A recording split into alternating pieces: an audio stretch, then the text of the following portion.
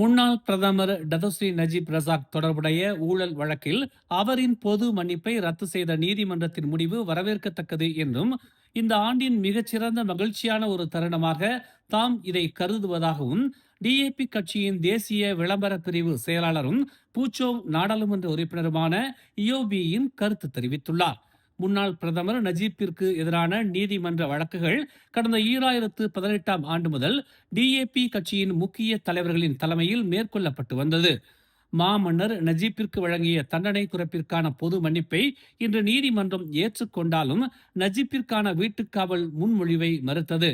இதனால் மாமன்னர் வழங்கிய தண்டனை குறைப்பு மட்டுமே நடைமுறைப்படுத்தப்படும் நிலையில் நஜீப்பின் வீட்டுக்காவலுக்கான மேல்முறையீட்டை நீதிமன்றம் ரத்து செய்துள்ளதை அடுத்து யோபியின் இவ்வாறு கருத்து தெரிவித்துள்ளார். நஜீப்பின் சிறை தண்டனை குறித்து நீதிமன்றம் அளித்திருக்கும் தீர்ப்பு தமக்கு மகிழ்ச்சி அளிப்பதாக தெரிவித்திருக்கும் டிஏபி கட்சியின் பூச்சோங் நாடாளுமன்ற உறுப்பினர் இயோபி இன்னின் கருத்து எரியும் நெருப்பில் எண்ணெயை ஊற்றுவது போல உள்ளது என்று பரிசான் தலைவரும் துணை பிரதமருமான டதஸ்ரீ டாக்டர் அமாட் ஜாகித் ஹமீடி தெரிவித்துள்ளார். பூச்சோங் நாடாளுமன்ற உறுப்பினரான இயோபி இன்னுக்கு குறைந்தபட்ச மனிதாபிமானம் இருந்தால் இப்படியான கருத்தை வெளியிட மாட்டார் என்று அம்னோ பொதுச் செயலாளர் டத்தோ டாக்டர் அஸ்ரா பஜ்டி டுசுக்கி தெரிவித்துள்ளார். டிஏபி கட்சியின் இப்படியான கருத்து இழிவான அரசியலுக்கு ஒரு உதாரணம் என்று பரிசான் பொதுச் செயலாளரும் அமைச்சருமான Dato Sri doctor Zambry Abdul Kadir தெரிவித்துள்ளார். கொண்டாடும் அளவிற்கு டிஏபிக்கு இதில் என்ன ஆனந்தம் என்று அவர் கேள்வி எழுப்பினார். மற்றவர்களின் துன்பத்தை கொண்டாடும் மனப்பான்மை மனித இயல்பு இல்லை என்று சுட்டிக்காட்டிய அவர், வாழ்க்கை ஒரு சுழற்சி, அதில் உங்கள் தலைவர்களும் நீதிமன்ற வழக்கை எதிர்நோக்கி வருகிறார்கள் என்று கூறினார். அவர்களுக்கும் இது நேர்ந்தால் அப்போதும் டிஏபி கட்சி அதை கொண்டாடுமா என்று Dato Sri doctor Zambry Abdul Kadir கேள்வி எழுப்பினார். டிஏபியின் இப்படியான அறிக்கை முரட்டுத்தனமானது மட்டுமின்றி இது அரசியல் பக்குவமற்ற கருத்து என்றும் அம்னோ பொதுச் செயலாளர் டத்தோ டாக்டர் அஸ்ரா பஜ்டி டுசுக்கி தெரிவித்தார். அம்னோவின் போராட்டத்தையும் உழைப்பையும் அறியாத ஒரு குருடர்கள் கூட்டம் இன்னும் இருக்கிறது என்றும் அதுவும் கூடவே இருக்கிறது எனும் போது வருத்தமாக உள்ளதாகவும் அஸ்ரா பஜ்டி டுசுக்கி சாடினார். டிஏபி இப்படி பேசுவது ஆச்சரியமாக இல்லை. டிஏபியிடம் மனிதாபிமானத்தை எதிர்பார்க்க முடியாது என்று அம்னோ உச்சமன்ற உறுப்பினர் டத்தோ முகமது ரஸ்லான் ரவ்லி தெரிவித்துள்ளார். அரசியல் கட்சிகளை கடந்து நஜீப்பிற்கு மலாய்க்காரர்களின் ஆதரவு பெருமளவில் உள்ளது. இந்த கொடுங்கோன்மைக்கு எதிராக மலாய்க்காரர்கள் ஒன்றிணைந்தால் நீங்கள் காணாமல் போய்விடுவீர்கள் என்று டத்தோ முகமது ரஸ்லான் எச்சரிக்கை விடுத்தார். வரும் டிசம்பர் 25ஆம் தேதி முதல் 29ஆம் தேதி வரை மலேசியாவில் பருவமழை தீவிரமடையும் என்று கணிக்கப்பட்டுள்ளது. இந்த வானிலை நிகழ்வு தீபகற்ப மலேசியாவின் கிழக்கு பகுதிகளுக்கு தொடர்ச்சியான மழையை கொண்டு வரும் என்று எதிர்பார்க்கப்படுவதாக மலேசிய வானிலை ஆய்வு மையமான மெட் மலேசியா தெரிவித்துள்ளது. அண்மைய வானிலை மாதிரிகள் ஆய்வின் அடிப்படையில் தென்சீன கடலில் பலத்த காற்றும் கடும் அலைகளும் உருவாகும் சாத்தியம் இருப்பதாக மெட் மலேசியாவின் இயக்குனர் டாக்டர் முகமது ரிஷா முகமது அனீப் தெரிவித்துள்ளார். பொதுமக்கள் மெட் மலேசியாவின் வலைத்தளம் மற்றும் சமூக ஊடக தளங்களையும் அணுகி விவரங்களை தெரிந்து கொள்ளுமாறு அறிவுறுத்தப்பட்டுள்ளது. மாட்சிமை தங்கிய மலேசிய மாமன்னர் சுல்தான் இப்ராஹிம் டிசம்பர் 24ஆம் தேதி வரை சிறப்பு பயணமாக இன்று ஐக்கிய அரபு எமிரேட்ஸ் புறப்பட்டார். இது ஐக்கிய அரபு எமிரேட்ஸ் அதிபர் ஷேக் முகமது பின் சயீத் அல் நஹ்யானின் அழைப்பின் பேரில் மேற்கொள்ளப்பட்ட அவரது முதல் அதிகாரப்பூர்வ ஐக்கிய அரபு எமிரேட்ஸ் பயணம் என்பது குறிப்பிடத்தக்கது. சுல்தான் இப்ராஹிம் சுல்தான் இஸ்கண்டாரின் முகநூல் பக்கத்தில் உள்ள ஒரு பதிவில் அரசு விமானம் காலை 9 மணிக்கு சனாய் சர்வதேச விமான நிலையத்தில் இருந்து புறப்பட்டதாக குறிப்பிடப்பட்டுள்ளது. நெகிரி செம்பிலான் பெடாஸில் கைவிடப்பட்ட வீடொன்றில் பையில் அடைக்கப்பட்ட நிலையில் ஒரு பெண்ணின் சடலம் கண்டெடுக்கப்பட்ட சம்பவம் தொடர்பாக அந்த வீட்டிற்கு அருகில் வசிக்கும் கிராம மக்கள் தங்கள் கருத்துக்களை தெரிவித்துள்ளனர். சம்பவத்தின் முக்கிய சந்தேக நபர் அந்த வீட்டை சுத்தம் செய்ய வந்ததாக கூறியதாக கிராம மக்கள் தெரிவித்தனர். மேலும் சடலம் கண்டெடுக்கப்படும் சில நாட்களுக்கு முன்பு அந்த நபரை சந்தித்திருந்தாலும் எந்த சந்தேகத்திற்கு இடமான நடத்தை எதையும் அவர்கள் கவனிக்கவில்லை என்றும் கூறினர்.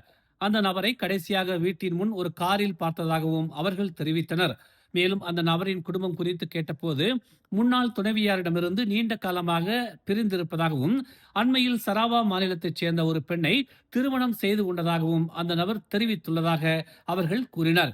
இந்நிலையில் நேற்று போலீசார் வெளியிட்ட அறிக்கையில் அந்த பெண் சந்தேக நபர்களில் ஒருவருடன் ஏற்பட்ட வாக்குவாதத்திற்கு பிறகு கொலை செய்யப்பட்டிருக்கலாம் என நம்பப்படுவதாக தெரிவித்தனர். இந்த சம்பவம் தொடர்பாக 2 பேர் கைது செய்யப்பட்டுள்ளனர். கடந்த மாதம் போலீசாரால் தாக்கப்பட்டு சித்திரவதை செய்யப்பட்டதாக கூறப்படும் 20 வயது இளைஞரை பிரதிநிதித்துவப்படுத்தும் வழக்கறிஞர்கள் சம்பந்தப்பட்ட அதிகாரிகள் மீது உடனடியாக ஒழுங்கு நடவடிக்கை மற்றும் குற்றவியல் குற்றச்சாட்டுகளை தொடங்குமாறு புக்கிட்டமான் நேர்மை மற்றும் தரநிலை இணக்கத்துறையை வலியுறுத்தியுள்ளனர்.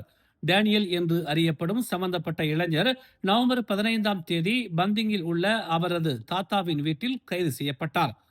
தங்கள் மோட்டார் சைக்கிளை சரி செய்ய உதவி கோரும் சாக்கில் அதிகாரிகள் வீட்டிற்குள் நுழைந்ததாக கூறப்படுகிறது. உள்ளே நுழைந்ததும் 3 பேரும் தங்களை போலீஸ் அதிகாரிகள் என்று அடையாளம் காட்டிக்கொண்ட நிலையில் தான் கொள்ளையடித்ததாக ஒப்புக்கொள்ளும் வரை தன்னை தாக்கியதாக அந்த இளைஞர் தெரிவித்தார். போலீஸ் காரில் தாம் மயக்கமடைந்திருந்த போதும் தாம் பலமுறை தாக்கப்பட்டதாகவும் அதிகாரிகள் சிகரெட் துண்டு மற்றும் லைட்டரை பயன்படுத்தி தனது உதடு மற்றும் பிறப்புறுப்பினை பாதிக்க செய்ததாகவும் டேனியல் கூறினார். மருத்துவ அறிக்கையும் இதனை உறுதிப்படுத்தியுள்ளது. இருப்பினும் இது தவறான அடையாள வழக்கு என்று போலீசார் அந்த வழக்கை கைவிட்டு விட்டனர். இந்நிலையில் பத்திரிகையாளர் சந்திப்பில் வழக்கறிஞர்கள் லத்திஃபா கோயா, ராஜேஷ் நாகராஜன், மகாஜோத் சிங் மற்றும் யூ இங் இங் ஆகியோர் டேனியலை அவரது தாத்தா வீட்டில் காவல் அதிகாரிகள் தாக்கிய சிசிடிவி காட்சிகளை வழங்கினர். எந்த எச்சரிக்கையும் இல்லாமல் அவர் உடனடியாக தாக்கப்பட்டுள்ளார் என்று அவர்கள் தெரிவித்தனர். இது தவறான அடையாள வழக்கு, தவறான நபரை பிடித்ததாக காவல்துறையினரை ஒப்புக்கொண்டுள்ளனர். ஆனால் அடிகளும் உதைகளும் ஏற்கனவே ஆரம்பத்திலிருந்தே நடந்துவிட்டதாக லத்தீஃபா கூறினார். எஸ்ஆர்சி இன்டர்நேஷனல் வழக்கில் வீட்டுக் காவலில் அனுபவிக்க அனுமதி மறுக்கப்பட்ட உயர்நீதிமன்றத்தின் தீர்ப்பை எதிர்த்து முன்னாள் பிரதமர் நஜீப் ரசாக் மேல்முறையீடு செய்யப்போவதாக அறிவித்துள்ளார். நஜீப்பின் வழக்கறிஞர் சஃபி அப்துல்லா உயர்நீதிமன்ற நீதிபதி அலிஸ் லோக் வழங்கிய தீர்ப்பில் பல முக்கிய அம்சங்கள் தங்களுக்கு எதிர்பாராதவையாக இருந்ததாக தெரிவித்தார். நீதிமன்றம் எழுப்பிய சில விவகாரங்கள் மிகவும் முக்கியமானவை என்று குறிப்பிட்ட அவர், ஆனால் அவற்றை நீதிபதி சரியாக ஆய்வு செய்யவில்லை என்று தாங்கள் கருதுவதாக தெரிவித்தார். எனவே இந்த தீர்ப்பில் தங்கள் தரப்பு ஏமாற்றம் அடைந்துள்ளதாக அவர் செய்தியாளர்கள் மத்தியில் தெரிவித்தார்.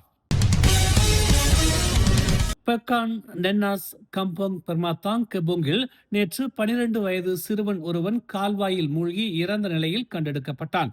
இச்சம்பவம் மாலை சுமார் 6:30 மணி அளவில் நடந்ததாகவும் பாதிக்கப்பட்ட முகமது அலி ஃபாமி அப்துல்லா தனது தம்பியுடன் கால்வாயில் மீன் பிடித்து கொண்டிருந்த போது அடித்துச் செல்லப்பட்டதாக நம்பப்படுவதாகவும் பெக்கான் காவல்துறை தலைவர் முகமது ஜைதி மாட்ஜின் கூறினார். முதற்கட்ட விசாரணையில் பாதிக்கப்பட்டவர் மாலை சுமார் 5:30 மணி அளவில் தனது தாய் மற்றும் 3 உடன்பிறப்புகளுடன் கால்வாய்க்கு சென்று பின்னர் பெற்றோருக்கு தெரியாமல் தனது தம்பி மற்றும் 2 நண்பர்களுடன் சம்பந்தப்பட்ட இடத்திற்கு திரும்பியதாகவும் கண்டறியப்பட்டது. இந்நிலையில் மீன்பிடித்துக் கொண்டிருந்த போது பாதிக்கப்பட்ட சிறுவன் நீரோட்டத்தில் அடித்துச் செல்லப்பட்டான். இதனை அடுத்து அவரது தம்பியும் 2 நண்பர்களும் அருகில் உள்ள கிராமவாசிகளிடம் உதவி கோரியதாக முகமது ஜைதி மாட் இன்று ஒரு அறிக்கையில் தெரிவித்தார். பின்னர் பாதிக்கப்பட்டவரின் உடல் 2 மீட்டர் ஆழமுள்ள கால்வாயில் கண்டுபிடிக்கப்பட்டதாக ஜைடி மேலும் கூறினார். மேலும் செய்திகளை தெரிந்து கொள்ள தமிழ் மலர் இணையதளம், தமிழ் மலர் செயலி மற்றும் மலர் டிவி யூடியூப் சேனலை வலம் வாருங்கள். எங்களோடு இணைந்திருக்க மலர் டிவியை பதிவு செய்து கொள்ளுங்கள். உறவுகள் மகிழ்ந்திட விருப்பம் மற்றும் பகிர்வு சேவையை சொடுக்கிடுங்கள்.